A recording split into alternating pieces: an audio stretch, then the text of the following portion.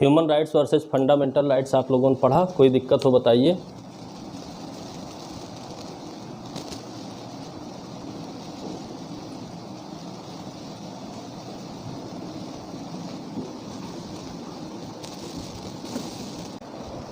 आज पढ़ना है fundamental rights in Indian constitution.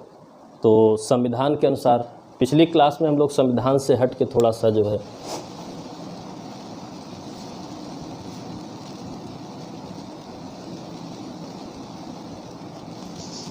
भारतीय संविधान में मूल अधिकार, ठीक है, इनकी क्या स्थिति है क्या नहीं है, इस पर वर्तमान में कितने हैं? 6 हैं, वर्तमान में 6 हैं, ठीक है। अब इन 6 में क्या स्थिति है क्या नहीं, कब 7 थे, कई बार कई क्वेश्चन आते हैं, उसका मतलब क्या निकलेगा, सारी चीज़ों को जानना है। 6 में है पहला right to equality,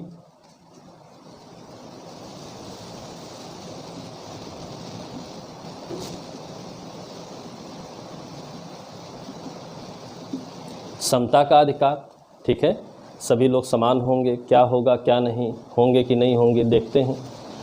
right to freedom,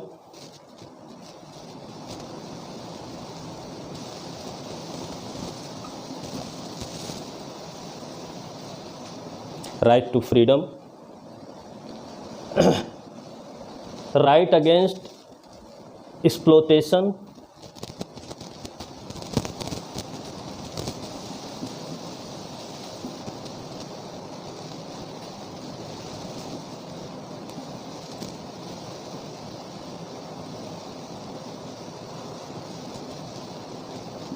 शोषण के विरुद्ध आपका क्या अधिकार होगा, शोषण कहने का क्या मतलब है। Right to freedom of religion,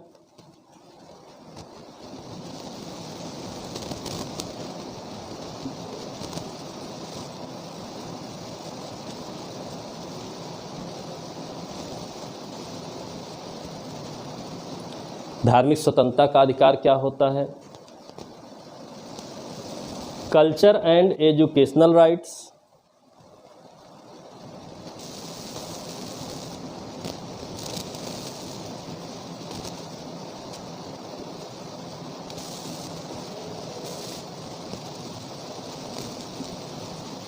कला संस्कृति शिक्षा इनसे संबंधित अधिकारों की क्या स्थिति है।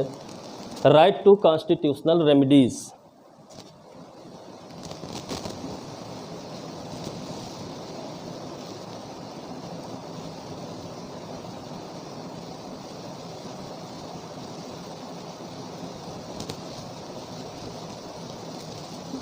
राइट टू कॉन्स्टिट्यूशनल रेमिडीज की बात हो रही है। ये 6 आपके अधिकार हैं, वर्तमान में स्थित हैं। इसमें एक और आपका अधिकार था जो कि समाप्त हो गया, ठीक है।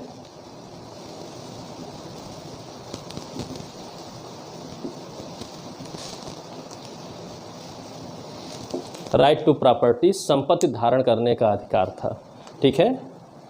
आर्टिकल कौन सी 31 में, ठीक है, आर्टिकल 31 में ये अधिकार आपको दिया गया था।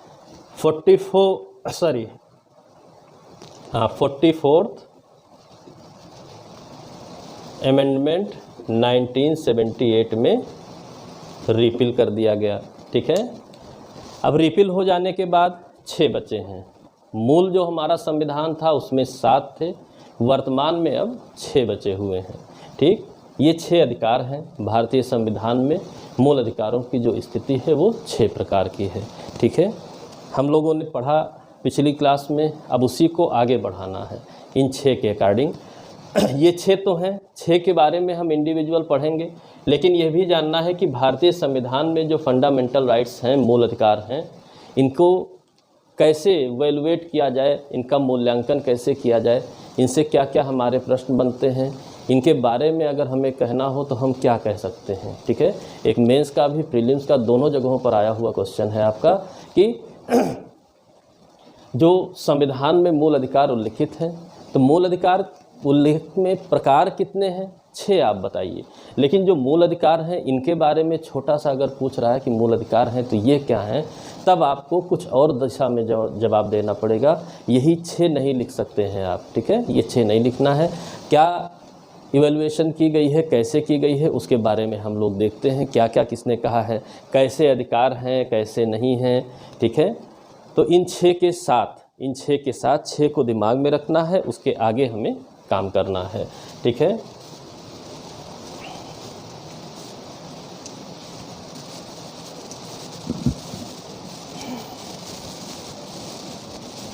ठीक, अब यहाँ पर क्या कहा जाए, ये जो मूल अधिकार हैं संविधान में,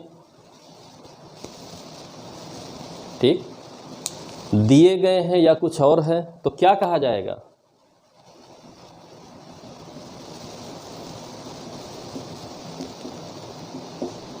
संरक्षित हैं, प्रोटेक्टेड हैं।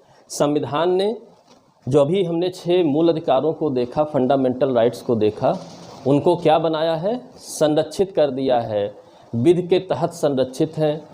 इसी से निकल करके आता है रूल ऑफ लॉ, ठीक है, रूल ऑफ लॉ यहीं से निकल करके आता है। यदि यहाँ पर दान होते, गिफ्ट होते तो कहानी पूरी बदल जाती। नहीं, संविधान ने फंडामेंटल राइट्स को गिफ्ट नहीं किया है, बल्कि मानव के होने के नाते मानव अधिकार के रूप में जो तमाम हमें अधिकार प्राप्त हैं, उनमें से कुछ अधिकारों को फंडामेंटल राइट्स के रूप में संरक्षित कर दिया गया है।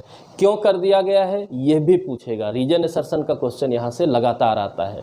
तो ये संविधान मूल अधिकारों को प्रोटेक्ट करता है, संरक्षित करता है, ठीक, इस बात को जानना है। और क्या करता है? प्लस सुरक्षा की गारंटी देता है, सिक्योरिटी गारंटीड।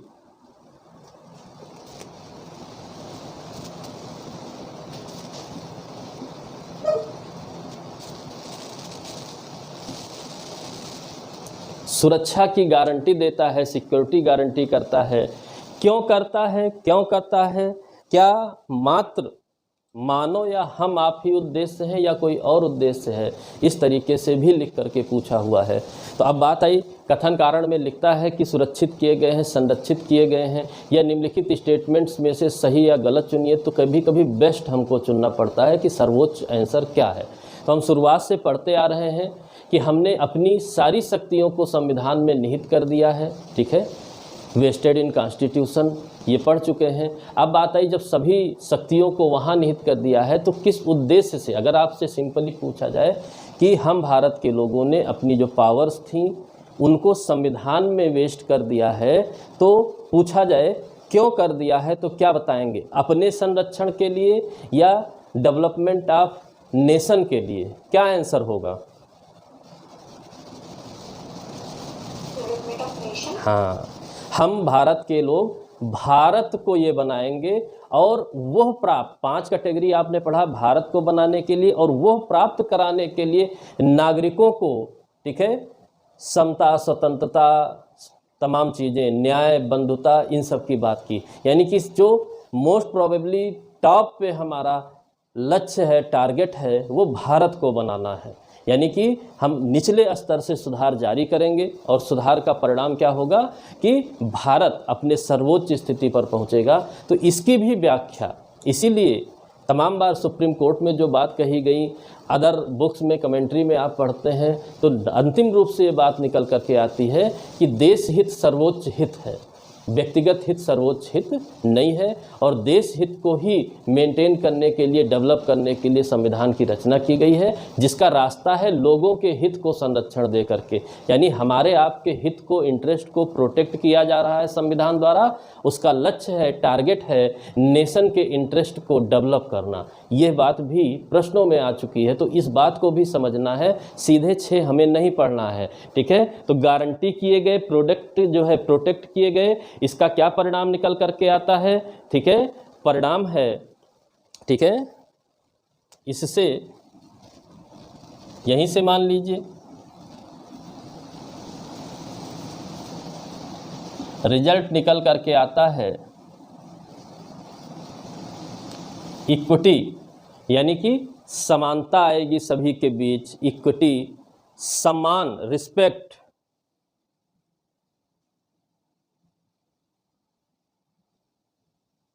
लोगों का सम्मान बढ़ेगा तो देश का भी सम्मान बढ़ेगा, ठीक है। नेशनल इंटरेस्ट,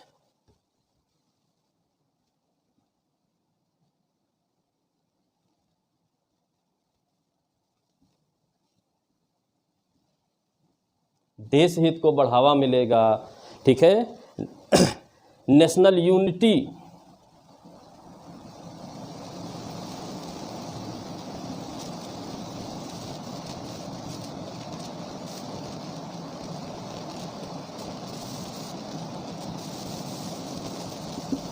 आदि को बढ़ावा मिलता है।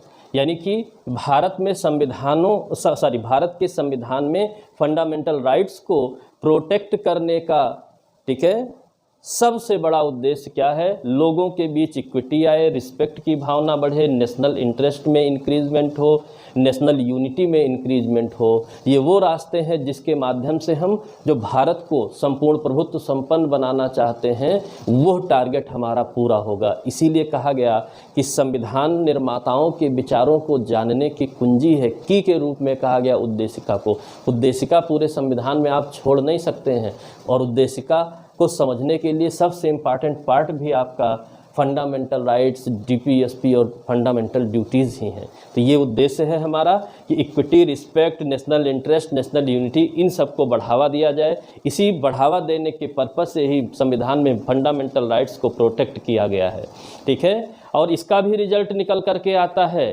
ठीक है, पॉलिटिकल डेमोक्रेसी में डेवलपमेंट होता है। ये इसको क्या कह सकते हैं, ठीक है। ऐसे ऐसे नए शब्द आ रहे हैं, ठीक है, नए नए शब्दों को लाया जा रहा है जो पॉलिटिकल साइंस में यूज होते थे, आज जनरल पॉलिटी पढ़ते समय वैसे प्रश्नों को पूछा जा रहा है। तो उसके लिए भी आपको सचेत रहने पड़ेगा। ये सब लक्षण हैं, ठीक है।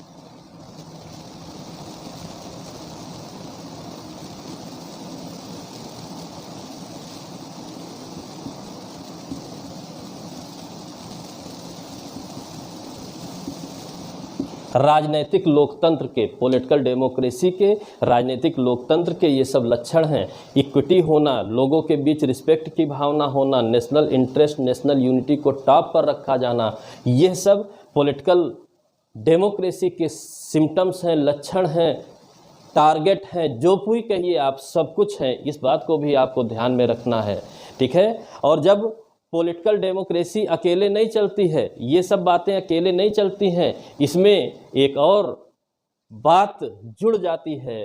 अगर फंडामेंटल राइट्स के साथ और इसको जोड़ा जाए तो भारतीय संविधान का एक लक्ष्य और निकल करके आता है, ह्यूमन डिग्निटी, ठीक है। एक और लक्ष्य निकल करके आता है, क्या निकल के आता है?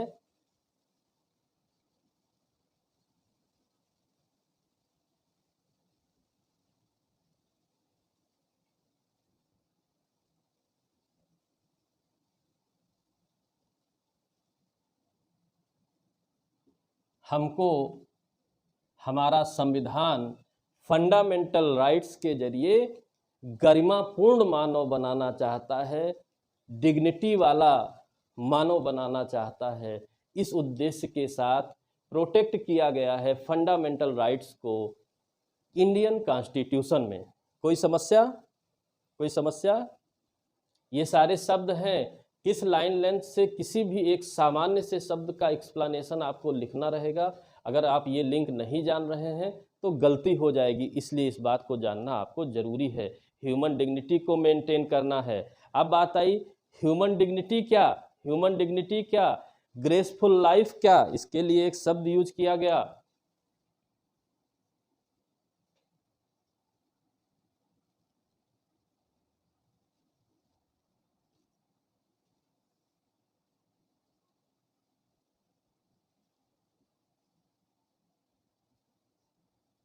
ग्रेसफुल लाइफ, गरिमापूर्ण जीवन।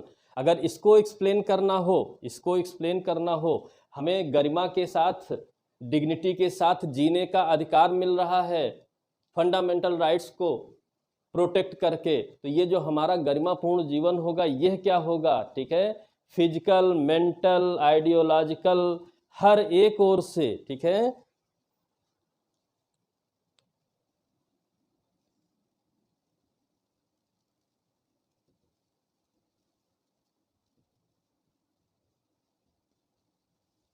फिजिकल भौतिक जीवन हमारा अच्छा होना चाहिए, ठीक है। अब भौतिक की बात करें तो आप जान रहे हैं समय रहते हमको फ्रीडम दी गई, फ्रीडम ऑफ स्पीच दिया गया, ठीक है, क्लीन इन्वायरमेंट का अधिकार दिया गया, तमाम ऐसे अधिकार एक्सप्लेन करके आए जो कि इस 6 कैटेगरी में सीधे तौर पर नहीं लिखे हैं फंडामेंटल राइट्स के, बल्कि इन शब्दों के आधार पर नए नए फंडामेंटल राइट्स को जो है जन्म दिया गया, एक्सप्लेन किया गया। सुप्रीम कोर्ट ये काम 70 साल से बहुत अच्छे ढंग से कर रहा है, ठीक है। शारीरिक, फिजिकल, भौतिक, ठीक है। शारीरिक इसको लिख लीजिए,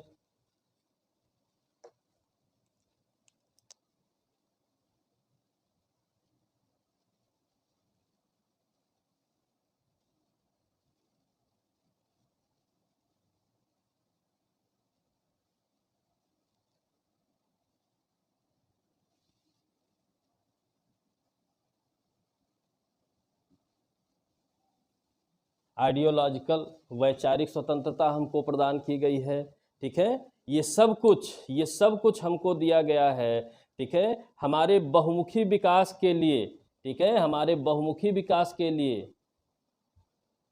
इन सब से हमारा क्या होगा?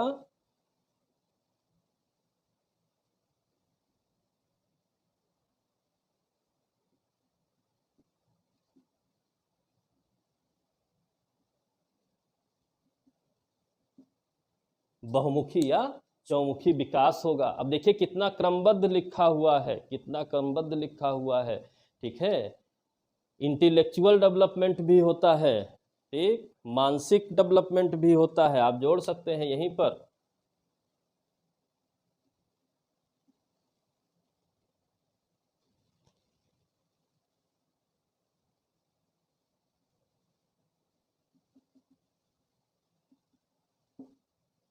क्या इन डेवलपमेंट्स के बिना, क्या इन डेवलपमेंट्स के बिना हमारा जीवन गरिमापूर्ण जीवन बनेगा? अगर ये प्रश्न पूछा जाए कि आप ग्रेसफुल लाइफ जी रहे हैं या नहीं जी रहे हैं, तो आप इन्हीं बातों पर विचार करके ही तो बता सकते हैं कि आपके जीवन में, आपके इंटरेस्ट में, हर चीज़ में क्या डेवलपमेंट हो रहा है। शारीरिक, फिजिकली आप फ्री नहीं हो, मेंटली फ्री नहीं हो, आइडियोलॉजी आप अपने आप तक ही सीमित रख रहे हो, उसको एक्सप्रेस करने का आपको अधिकार नहीं है, ठीक है, दिमाग नहीं चल रहा है, बौद्धिक इंटेलेक्चुअल डेवलपमेंट नहीं हो रहा है, तो हम कौन से नेशनल इंटरेस्ट की, नेशनल यूनिटी की बात करेंगे? यानी कि जब हमको ऐसी सुविधाएं दी जाएंगी, जब हमारी ग्रेसफुल लाइफ होगी, ठीक है, और हम डिग्निटी वाले ह्यूमन बॉडी बन जाएंगे, तभी तो हम कह सकते हैं कि हमारे यहाँ राजनीतिक लोकतंत्र की प्राप्ति हुई, देश में इक्वलिटी है, रिस्पेक्ट है, नेशनल इंटरेस्ट है, नेशनल यूनिटी है। इन्हीं बातों की कमी है। रोज़ शाम को आप 7 बजे के लगभग न्यूज़ चैनल खोल के बैठिए, आपको दिखेगी कि आइडियोलॉजी में कोई एकता ही नहीं रह गई है, सारी बौद्धिकता सबकी भिन्न भिन्न हो गई है।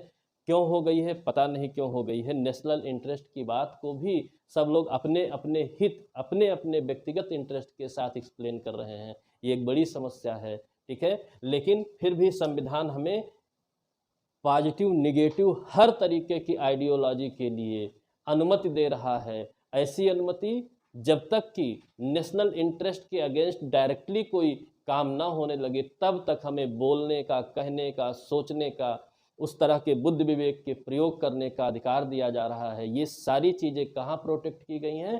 फंडामेंटल राइट्स के जरिए प्रोटेक्ट की गई हैं, ठीक है। बहुमुखी चहुमुखी हमारा विकास हो रहा है। और हमेशा याद रखिएगा, जब भी विकास होता है, ठीक है, जब भी विकास होता है तो उसके पीछे कुछ न कुछ रॉ मटेरियल छूटते जाते हैं, वेस्टेज छूटते जाते हैं। तो आज भारत विकास के चरण में है, लोगों को अपनी बात कहने का अधिकार है, ठीक, किसी के लिए वो पॉजिटिव होती है, किसी के लिए वो निगेटिव होती है। जब हम पॉजिटिव निगेटिव दोनों बातें एक्सप्रेस करने का अधिकार रखेंगे, तभी ऐसी आइडियोलॉजी का जन्म हो सकता है जो आपके नेशनल इंटरेस्ट को इंक्रीज करेगा, डेवलप करेगा। यदि सिर्फ और सिर्फ जो चाहे कि ऐसा ही जो है बिल्कुल बोला जाए, निगेटिव ना होने पाए, अगर पॉजिटिव निगेटिव दोनों आइडियोलॉजी नहीं चलेगी, सिंगल रास्ते पर आइडियोलॉजी चलेगी, तो उस देश का विनाश होना है, विकास नहीं होना है। तो हमने हर एक को अनुमति दी है, पॉजिटिव किसी के लिए पॉजिटिव है, किसी के लिए निगेटिव है। हर एक तरीके की बात बोलने की अनुमति दी है, एक्सप्रेस करने की अनुमति दी है, ताकि हमारा विकास हो सके और हमारे विकास के रास्ते से नेशनल इंटरेस्ट में भी इंक्रीजमेंट हो सके। ये उद्देश्य है फंडामेंटल राइट्स का, ठीक है, ये उद्देश्य है।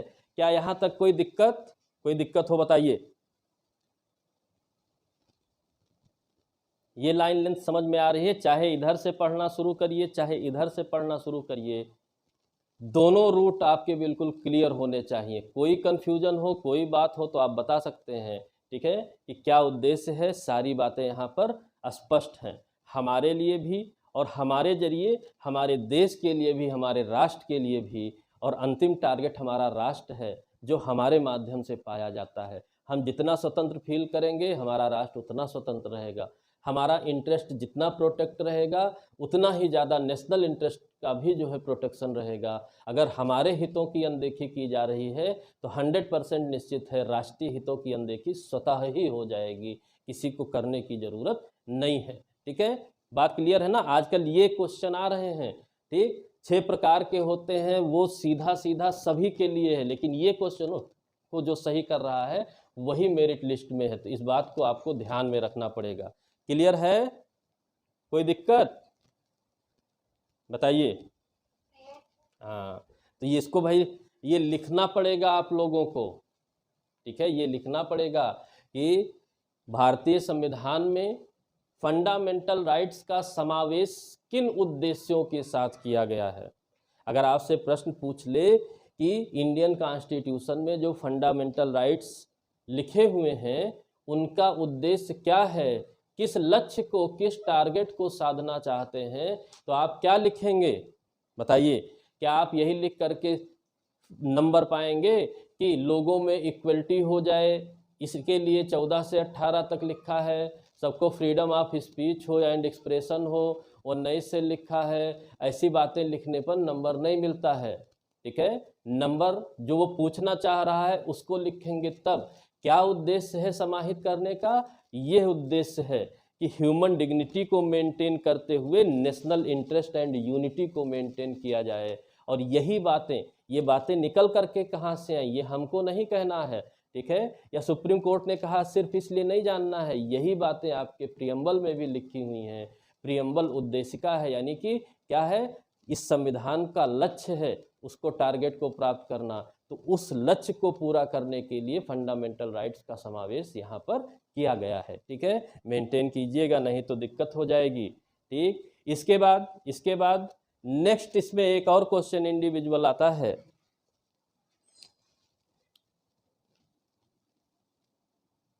ये कैसे अधिकार हैं, तो इनके लिए कहा जाता है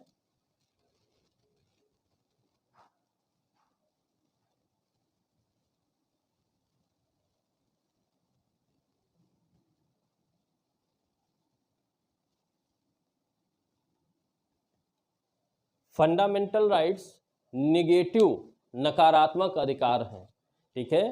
फंडामेंटल राइट्स क्या हैं? नकारात्मक अधिकार हैं, नेगेटिव राइट्स हैं। इसका क्या अर्थ है? ये 20 बार क्वेश्चन पूछा हुआ है कि मूल अधिकार कैसे अधिकार हैं, पॉजिटिव सकारात्मक अधिकार हैं, निगेटिव नकारात्मक अधिकार हैं, संविधान द्वारा दिए गए हैं। ऐसे 4 ऑप्शन बनाता है, और उन 4 ऑप्शनों में जो बेस्ट आंसर होता है वो होता है कि fundamental rights are negative rights, ठीक है। फंडामेंटल राइट्स नकारात्मक अधिकार हैं। इस नकारात्मक अधिकार का क्या अर्थ है? इस नकारात्मक अधिकार में जब हम जाएंगे तो इसका भी कुछ अर्थ निकल करके आता है, ठीक, जिसके बारे में आधा हिस्सा हम पहले ही पढ़ चुके हैं कि फंडामेंटल राइट्स गिफ्ट नहीं है, ठीक है। फंडामेंटल राइट्स संविधान द्वारा दिए गए गिफ्ट्स नहीं हैं, वो हमें दे नहीं रहा है, ओनली प्रोटेक्ट कर रहा है। इसी बात में छिपा हुआ है कि निगेटिव राइट्स कैसे होंगे, यानी कि मानव होने के नाते ये अधिकार हमें प्राप्त थे, ये भी हम जान लिए। संविधान इन्हें प्रोटेक्ट कर रहा है, ये भी हमने जान लिया, लेकिन ये नहीं जाना कि प्रोटेक्ट किससे कर रहा है, ठीक है। निगेटिव राइट्स में क्या प्रश्न निकल करके आया कि ये जो कॉन्स्टिट्यूशन इन फंडामेंटल राइट्स को प्रोटेक्ट कर रहा है वो किनसे प्रोटेक्ट कर रहा है। अधिकार तो ऑलरेडी आपके अंदर वेस्टेड है ही हैं, ठीक है, आपके अंदर निहित है ही हैं। ये प्रोटेक्शन जो दे रहा है वो किससे प्रोटेक्शन दे रहा है, किससे बचा रहा है, इसी बात को यहाँ पर लिखा गया है कि राज्य ऐसा नहीं करेगा, राज्य ऐसा नहीं करेगा, राज्य ऐसा कोई भी प्रतिबंध नहीं लगाएगा जिससे फंडामेंटल राइट्स में कोई कमी आने पाए, कोई लॉ नहीं बनाएगा, सब लॉ नहीं बनाएगा, रूल रेगुलेशन ऑर्डर किसी भी प्रकार से इस तरीके से राज्य अपनी भूमिका में नहीं आएगा कि हमारे फंडामेंटल राइट्स में कोई कमी आए, फंडामेंटल राइट्स ब्रेक हो जाए, ऐसा कुछ भी नहीं बनाएगा।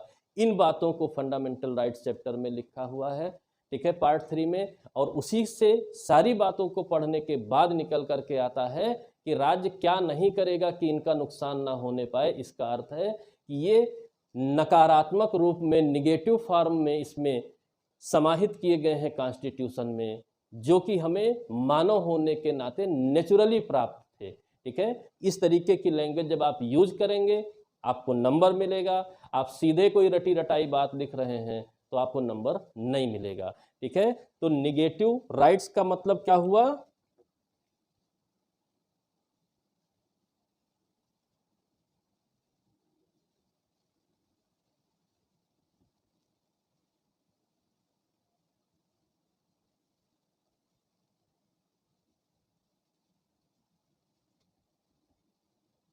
Protection from states rule and regulation, राज्य द्वारा जो नियम विनियम बनाए जाएंगे उनसे प्रोटेक्ट किया गया है कि इसके अगेंस्ट नहीं होंगे, ठीक है, इसके अगेंस्ट नहीं होंगे। यानी कि कह सकते हैं कि प्रतिबंध हैं। प्रतिबंध किसके ऊपर हैं? स्टेट की पावर्स पर, ठीक है, रिस्ट्रिक्शन ऑन स्टेट पावर।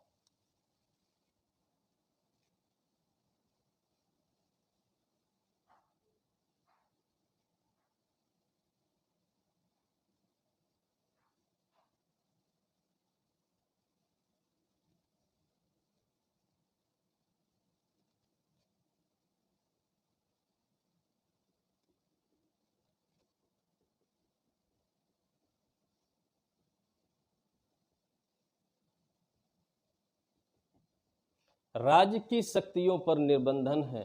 जब हम लगातार पढ़ेंगे तो यही बात निकल करके आएगी कि राज्य ऐसा नहीं करेगा, राज्य ऐसा नहीं करेगा, राज्य ऐसी कोई भी विधि उपविधि नियम उपनियम कुछ भी ऐसा नहीं बनाएगा जो मूल अधिकारों को छीनती हो, ठीक है, कम करती हो। जो भी उसके अगेंस्ट फंडामेंटल राइट्स के अगेंस्ट होगा उसकी वैल्यू 0 होगी। ऐसा आर्टिकल 13 से ही हम पढ़ना शुरू करेंगे। इसका मतलब है निगेटिव राइट्स हैं, प्रोटेक्शन दिया गया है जो वो स्टेट के पावर्स के अगेंस्ट दिया गया है। स्टेट कोई ऐसा काम नहीं करेगा जिसके जरिए हमारे फंडामेंटल राइट्स में किसी भी प्रकार की कमी हो। इस बात को स्पष्ट करते हुए रिजल्ट क्या निकल करके आता है कि इंडियन कॉन्स्टिट्यूशन में फंडामेंटल राइट्स क्या हैं? रिस्ट्रिक्शन ऑन स्टेट्स पावर है, ठीक है, प्रोटेक्शन फ्रॉम स्टेट पावर है। इन बातों को आप दिमाग में रखिए रहिएगा। राज्य की शक्तियों के विरुद्ध हमको ये अधिकार प्राप्त किए हुए हैं। यानी कि जो बात आई थी ह्यूमन राइट्स क्या है, फंडामेंटल राइट्स क्या है। ह्यूमन राइट्स तो नेचुरल हैं, वो अथाह हैं, अनंत हैं, उनको तो हम हर स्टेप पर जानते रहेंगे। लेकिन फंडामेंटल राइट्स बना करके इस बात को बताया गया है कि जो तमाम नेचुरल ऐसी चीज़ें हैं जो ह्यूमन डिग्निटी के लिए आवश्यक होती हैं, स्टेट उसके अगेंस्ट कोई कार्य नहीं करेगा जिससे कि ह्यूमन डिग्निटी या ग्रेसफुल लाइफ में कोई कमी आने पाए। इसके लिए पार्ट 3 में कॉन्स्टिट्यूशन में फंडामेंटल राइट्स लिखे गए हैं, ठीक है। तो जैसा प्रश्न आएगा वैसी आपको लैंग्वेज लिखनी पड़ेगी। सीधे तौर पर आप नहीं लिख पाएंगे, सीधे तौर पर नहीं लिख पाएंगे। तो इस बात को आप ध्यान रखे रहिएगा, ठीक। बात क्लियर है? बात क्लियर है? कोई दिक्कत हो इतनी बातों में बताइए। मामले में जस्टिस पी.एन. भगवती का एक स्टेटमेंट बहुत अच्छा है, ठीक है।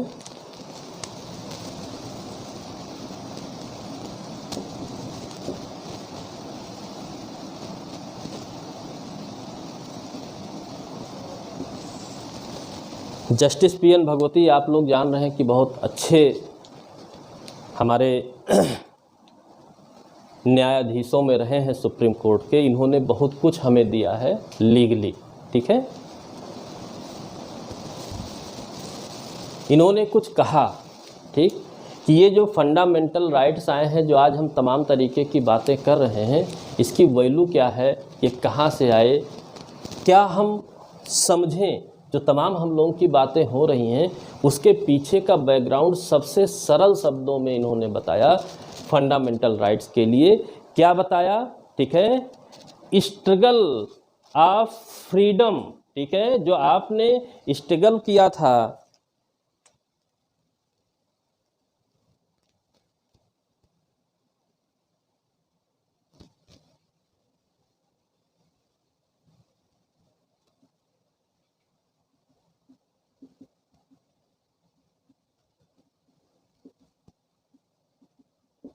आपका जो स्वतंत्रता का संघर्ष है, स्वतंत्रता के लिए किया गया संघर्ष है, यह बताता है कि क्या है, ठीक है, यह बताता है ये फंडामेंटल राइट्स की वैल्यू क्या है। ठीक, हमने 200 वर्ष तक गुलामी के दौर को देखा और उस गुलामी के दौर को देखते हुए जो समझा था, जो 200 साल में हमारी आइडियोलॉजी डेवलप हुई थी, जो हमारी मानसिकता डेवलप हुई थी, विचार डेवलप हुए थे, उनका परिणाम मानते हैं जस्टिस पी.एन. भगवती कि इंडियन कॉन्स्टिट्यूशन में ये फंडामेंटल राइट्स किस तरीके से एक्सप्लेन किए जाएं। इन्होंने जोड़ा इस चीज़ को, स्ट्रगल फॉर फ्रीडम से जोड़ा, और ये किसके लिए था, आशा और प्रत्याशा जगाता है, होप एंड एंटीसिपेशन।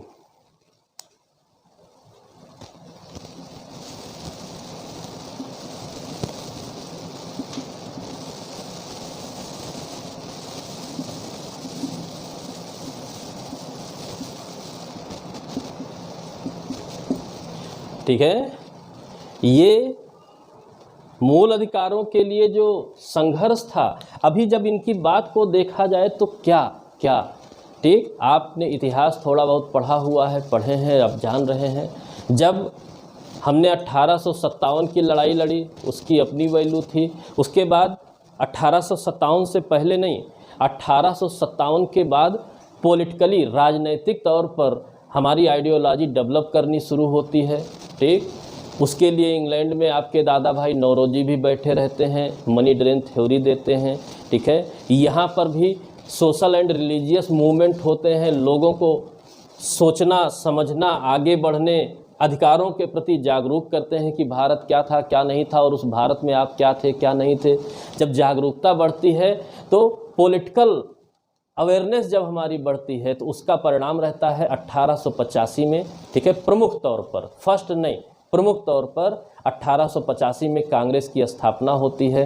भारत के बहुत से बुद्धिजीवी कांग्रेस पार्टी से जुड़ जाते हैं पूरे भारत से, और हम डिमांड करना शुरू करते हैं अंग्रेज़ों से। किस बात की डिमांड? पहली डिमांड हमारी रहती है सुशासन, गुड गवर्नेंस की। ठीक, हमने फ्रीडम की डिमांड नहीं की, हमने गुड गवर्नेंस की डिमांड की कि अच्छा शासन दीजिए, ऐसा शासन दीजिए जो हमारे इंटरेस्ट को मेंटेन कर सके। लेकिन अंग्रेज उस बात को नहीं समझते हैं, लगातार डिवाइड एंड रूल के थ्योरी पर फॉलो करते हुए हमको जो है डिस्टर्ब करते रहते हैं, हमें हमारे राइट्स से वंचित करते रहते हैं, तमाम ऐसी चीज़ें रहती हैं। तो यही गुड गवर्नेंस की जो डिमांड से शुरुआत हुई थी, वो चीज़, ठीक है, सुराज स्वराज में बदल गया, सेल्फ गवर्नेंस में बदल गया। ठीक है, और अंतिम रूप से अब बात आई कि जो डिमांड गुड गवर्नेंस की थी वो सेल्फ गवर्नेंस में क्यों बदली? क्योंकि गुड गवर्नेंस में उन लोगों ने हमें अधिकार नहीं दिए थे। जो अधिकार यानी कि अधिकार जो हमारे पास नेचुरली थे उनको छीन रहे थे, हमें हमारे अधिकारों के साथ जीने नहीं दे रहे थे। हमारा ग्रेसफुल जीवन तो बहुत दूर की बात था। जो बड़े अच्छे लोग थे, पढ़े लिखे थे, अमीर थे, जिनको ऊपरी लेवल पर रखा जा सकता है, बुद्धिजीवी थे, इन लोगों को भी अपने जीवन को जीने में तमाम तरीके की समस्याएं जो है देखनी पड़ती थी। इनके पास भी फ्रीडम ऑफ एक्सप्रेशन नहीं था, फ्रीडम ऑफ स्पीच नहीं था, कुछ भी नहीं था। फिर भी इन्होंने डिमांड किया कि अगर हमें कुछ, ठीक है, कुछ नैसर्गिक अधिकार प्राप्त हो जाए, नेचुरल राइट्स हमें मानव होने के नाते जो प्राप्त हो जाएं, तो कोई बात नहीं, गवर्नेंस तो कोई ना कोई करेगा ही करेगा। जो गुड गवर्नेंस करे वही एक अच्छा राजा, अच्छा शासक हो सकता है। लेकिन जब डिमांड्स नहीं पूरी हुई तब सेल्फ गवर्नेंस की बात की। तो वहाँ से लेकर के 1947 तक जो हमारा संघर्ष रहा है अपने फ्रीडम के लिए, फ्रीडम मतलब सिर्फ स्वतंत्रता नहीं, फ्रीडम माने आपकी डिग्निटी के लिए जो एक संघर्ष रहा है, जो सिखाया गया कि आप क्यों पीड़ित प्रताड़ित थे, क्यों गुलाम थे, क्योंकि आपको अपने राइट्स के इस्तेमाल करने की क्षमता नहीं थी। उसका परिणाम निकला स्वतंत्रता, और स्वतंत्रता के पश्चात जो हमारे संविधान का निर्माण किया गया, उन बातों को देखते और सोचते हुए कॉन्स्टिट्यूशन में फंडामेंटल राइट्स को लिखा गया। यानी कि हम अपने फ्रीडम स्ट्रगल को भूल नहीं सकते हैं। यानी कि अगर हमें फंडामेंटल राइट्स के एक्सप्लेनेशन में कभी भी कोई समस्या हो तो हम देखेंगे कि हम किसके विरुद्ध लड़े थे, क्या हमें ज़रूरत थी कि हमारा देश स्वतंत्र हो जाएगा तो हमें ये प्राप्त हो जाएगा, उस चीज़ को हम भूलेंगे नहीं। और उस बात को कोट किया जस्टिस पी.एन. भगवती ने। स्ट्रगल फॉर फ्रीडम जो हमारा था, स्वतंत्रता के लिए जो संघर्ष था, जिस आशा और प्रत्याशा के साथ था, वही आशा और प्रत्याशा हमें किस रूप में प्राप्त होती है? फंडामेंटल राइट्स के रूप में प्राप्त होती है। ठीक है, ये हमें आशा और प्रत्याशा थी। ठीक है,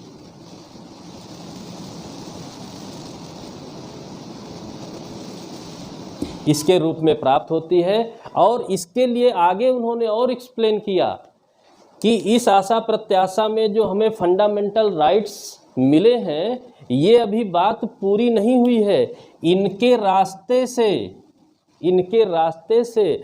ठीक है,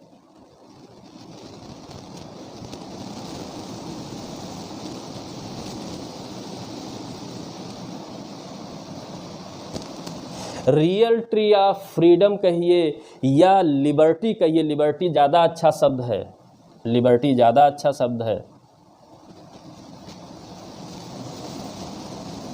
यह मिलेगा।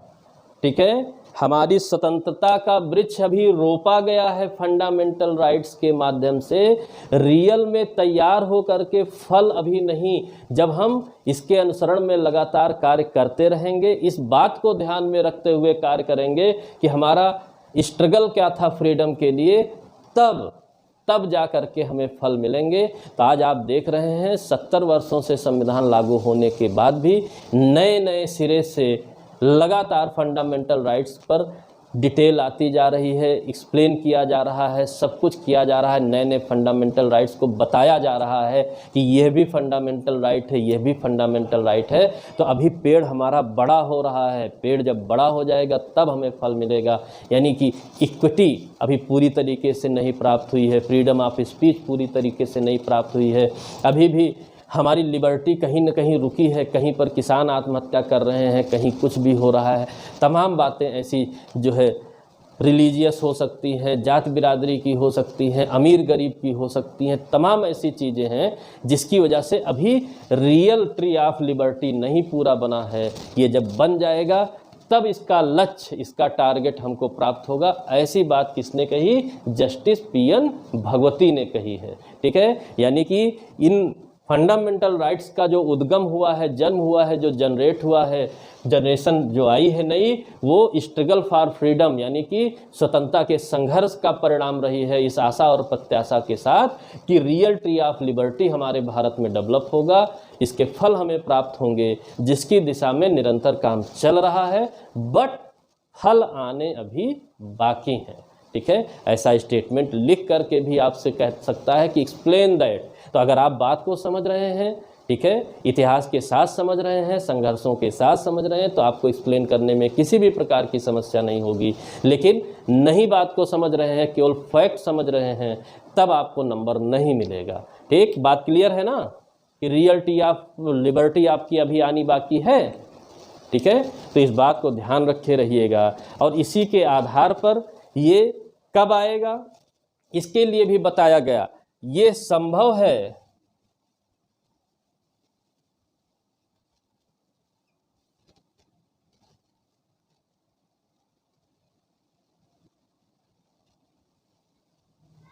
रूल ऑफ लॉ के जरिए।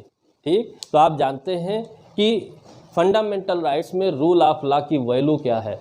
तो रूल ऑफ लॉ किस तरीके से, इंट्रोडक्शन में भी रूल ऑफ लॉ है, फिर आर्टिकल 14 में तो सीधे आ ही जाएगा। तो उसको हम नेक्स्ट क्लास में देखेंगे क्या है रूल ऑफ लॉ।